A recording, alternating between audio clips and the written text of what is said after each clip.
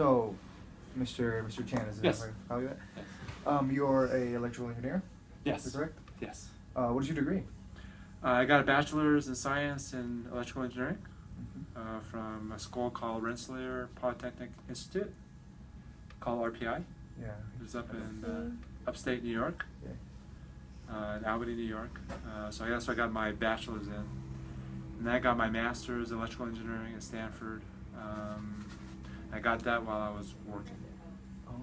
Right. So I was working, and I took classes part time, and that's how I got my master's. And the company paid for it and everything else, so it was a good deal. All right. So, where are you working currently? What is your position? Currently, I'm working at Keysight Technologies, Mhm. which used to be Agilent Technologies, which used to be Hewlett Packard, and it's on Guard the Gods Road. And my current position there is I'm a director of engineering. And this will be my 27th year. I do my math right. Yeah, 27th year at HP/Agilent/Keysight. Oh. Because we're all, HP used to be, HP turned into Agilent, which then turned to Keysight. Yeah. So. Yeah. Well, tell me, what does a day look like in your position and as an engineer? Right. So I've been in management since 1996. Okay. So as such, I don't necessarily do as much technical work or engineering work, but I do oversee, I do guide and influence what we work on. But I don't necessarily do the engineering work day to day anymore. When I was an engineer, what I did was I designed integrated circuits, and that involves a lot of understanding the electrical engineering fundamentals, which include circuits, electromagnetism, software, understanding a lot of those things, and working on a computer or workstation to design those circuits and to verify those circuits. So that's what my day used to look like when I was an engineer. I mean, a lot of working in cubicles, working in front of workstations, getting the circuits back, the integrated circuit chips back, and writing tests on them and checking them out and making sure they work, etc. So a lot of work in front of the computers, a lot of interacting with people too, because a lot of these chips that we do or these integrated circuits that we do requires a team, not just one person. So there's just a lot of interaction with people, a lot of understanding the fundamentals, a lot of designing circuits that meets the needs of what we need to have the circuits do. So that's what I used to do when I was an engineer. And as a manager, I mostly sit in meetings. And a lot of what a manager does in engineering is meeting with the engineers that do the real work and providing guidance and feedback and just directing the work versus actually doing the work. Right. Now, tell me of a major challenge or task you have had in your job as a manager. As a manager? Maybe the hardest challenge is going through and having to work through the process of letting people go as far as layoffs. Yeah. So I had to do that 3 or 4 times in my career, and that's never fun because you are dealing with people's careers and people's lives and people's families. But it's not a fun task, but you also try to do it with the most respect and dignity for the people you're impacting. So that's probably the thing that sticks out the most as far as the most challenging, right? Because that was hard. It's always hard when you're directly or negatively impacting the lives of people. Have you had to let a lot of people go? A lot? No, I wouldn't say a lot. I wouldn't say a lot. Maybe, let's see, how do I put a number on it?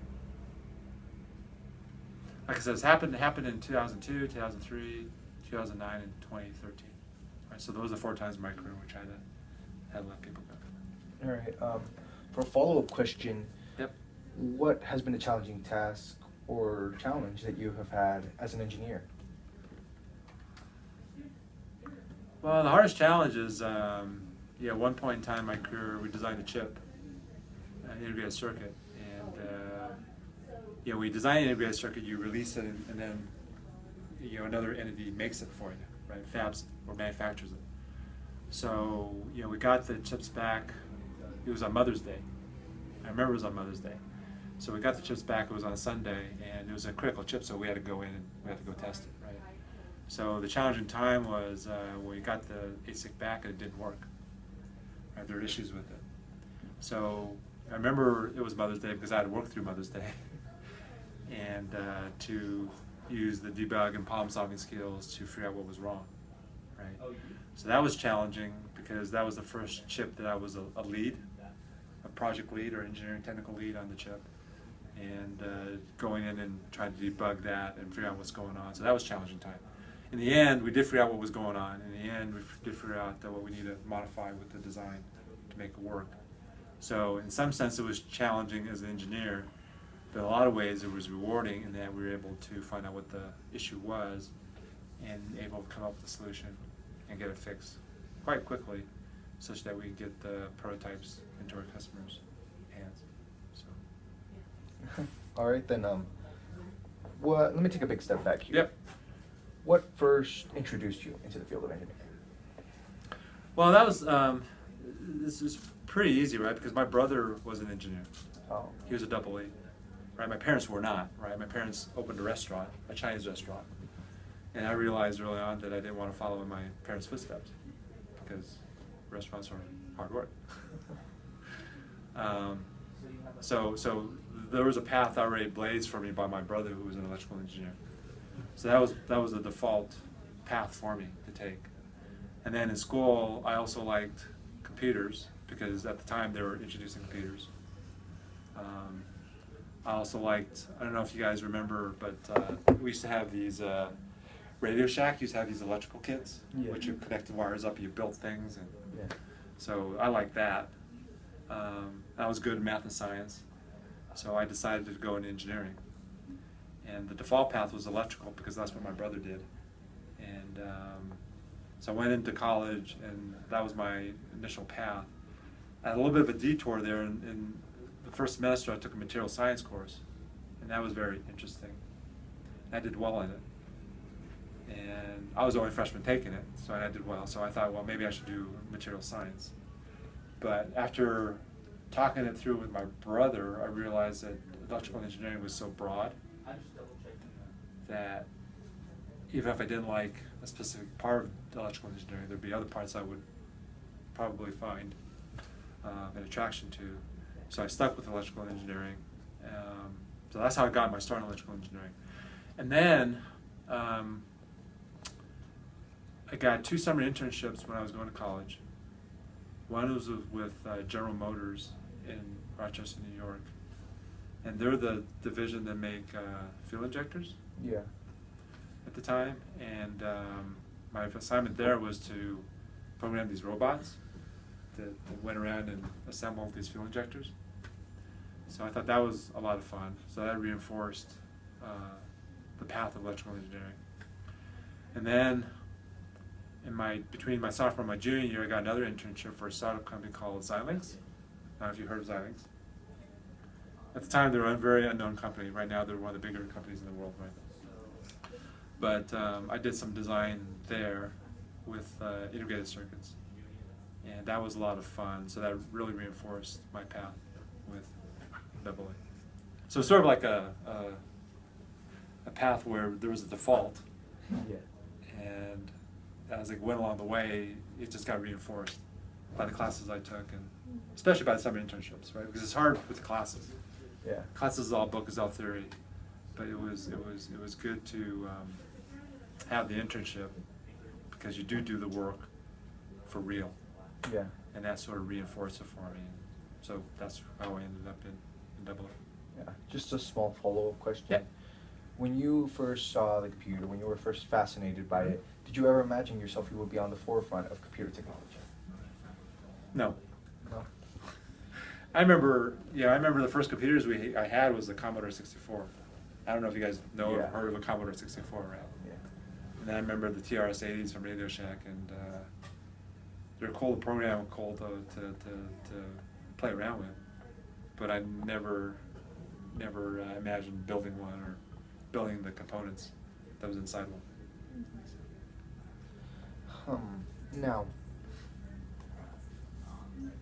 what would be a good piece or a couple pieces of advice you would give to undergraduates who are planning to take the field of engineering? Let me ask this question. Are you guys all high school Yes. Yes. students? All between junior and senior years? Is that? Sophomore. Sophomore. Junior. Us two are gonna be juniors, them three are gonna be sophomores. Okay. Okay, I'm sorry. What was your question again? What advice? Just for context about where you guys are at. What advice would you give to undergraduates who are planning to or currently studying the field of engineering? Undergraduates in college? In general, High basically, school, high school. college. Well, one of the reasons why I gravitated toward engineering was that I did like math and science. I was good at math and science, Yeah. right? I was okay in the liberal arts. I was okay in the reading, the writing, the English subjects. They weren't my favorite, Yeah. right? So that's one of the things that pulled me toward engineering, because I wanted to do something that I liked and something that I could do well in. As far as the advice is,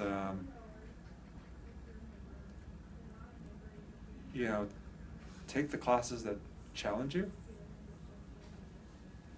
And even with the liberal arts classes, those are good too, because it provides you with a broader perspective of the real world.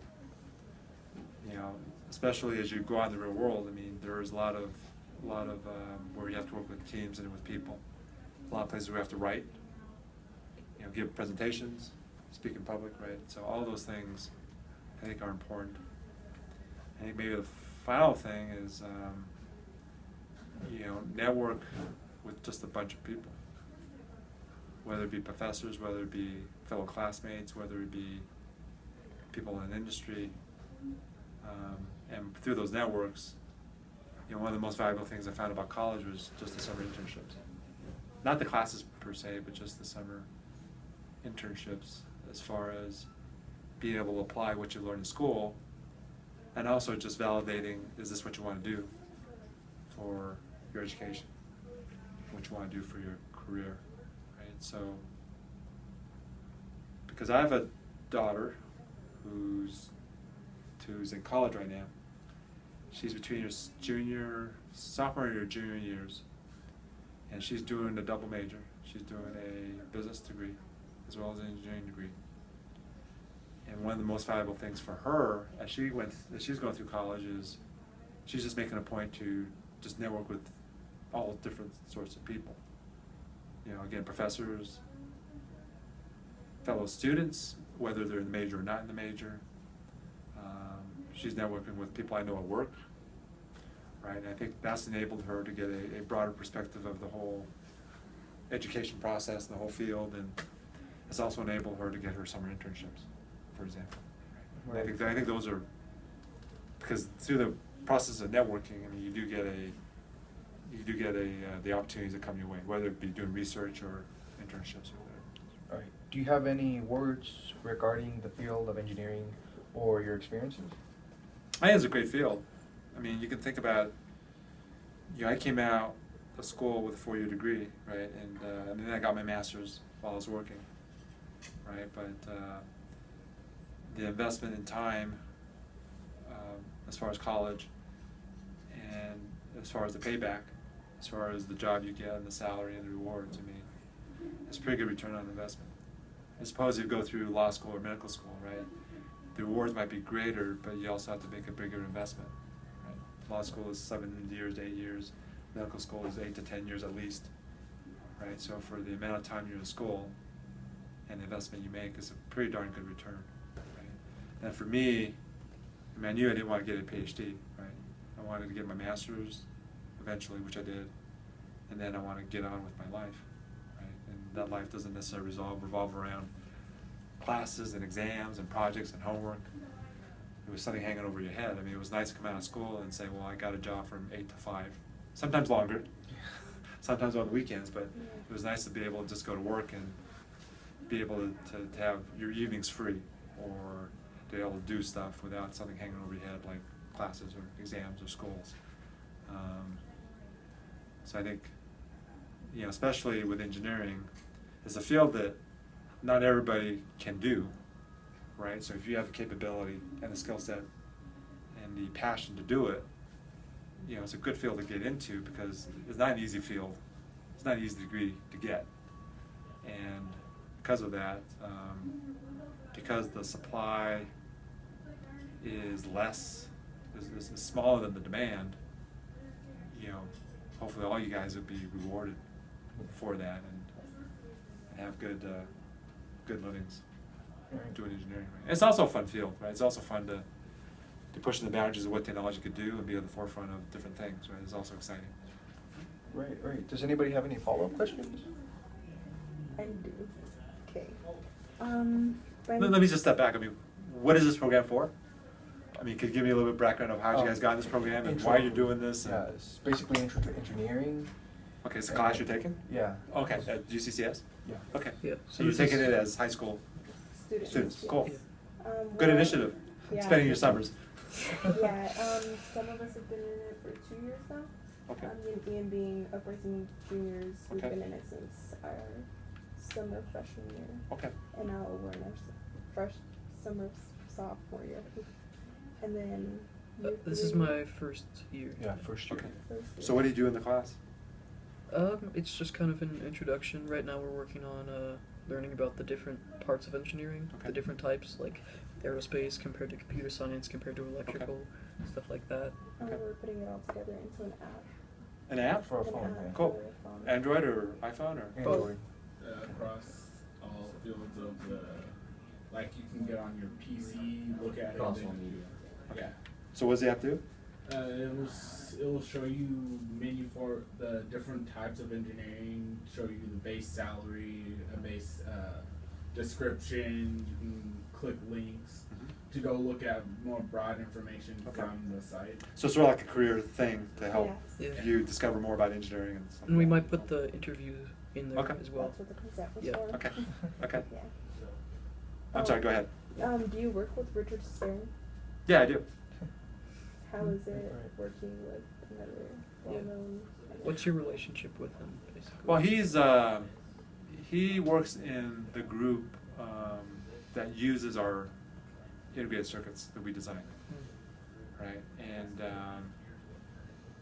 let me tell another story, if I may. Yeah. Right? Go for it. I mean, when I was an engineer, I said to myself, well, I never want to be a manager. I don't want to deal with other people and stuff. Right, so when I came out of school, I thought, well, all I want to do is just R&D. I just want to engineer stuff, right? Set my cube, do my stuff. Nobody will bother me. Fine, I'm done. Right, so I never thought I'd be a manager. And then it wasn't until maybe 8 years I was an engineer that my manager got promoted. And there was an opening, and my manager encouraged me to apply. And then I also thought about, well, if I don't do this, and if somebody else comes in and takes my manager's spot, do I want to be working for that person?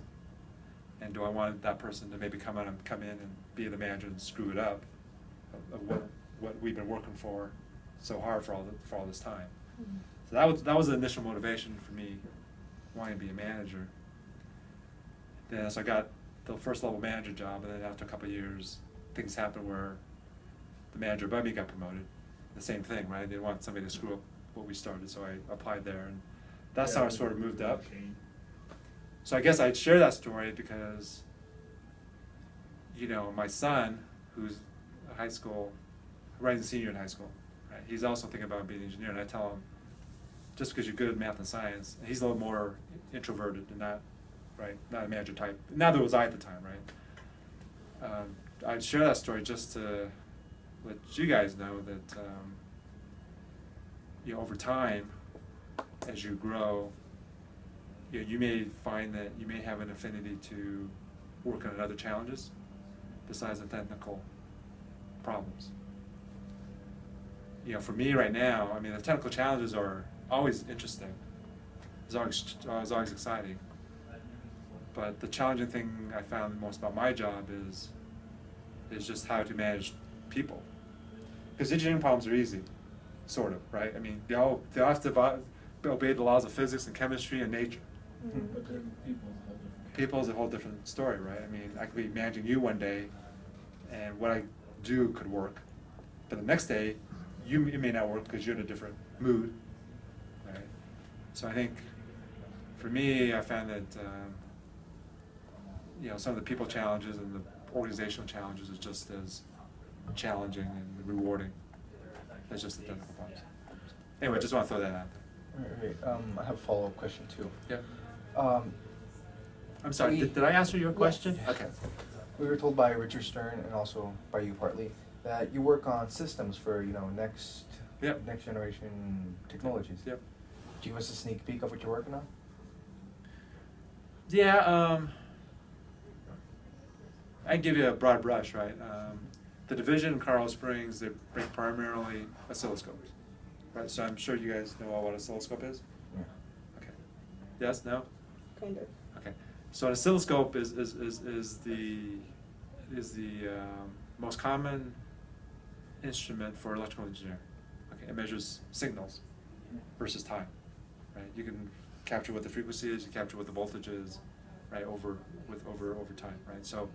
So that's what's been designed in Colorado Springs, and we're working on the technologies, the integrated circuits that go into the next generation high-end oscilloscopes. Okay, so that's one of the things that we do. We also design other integrated circuits that go into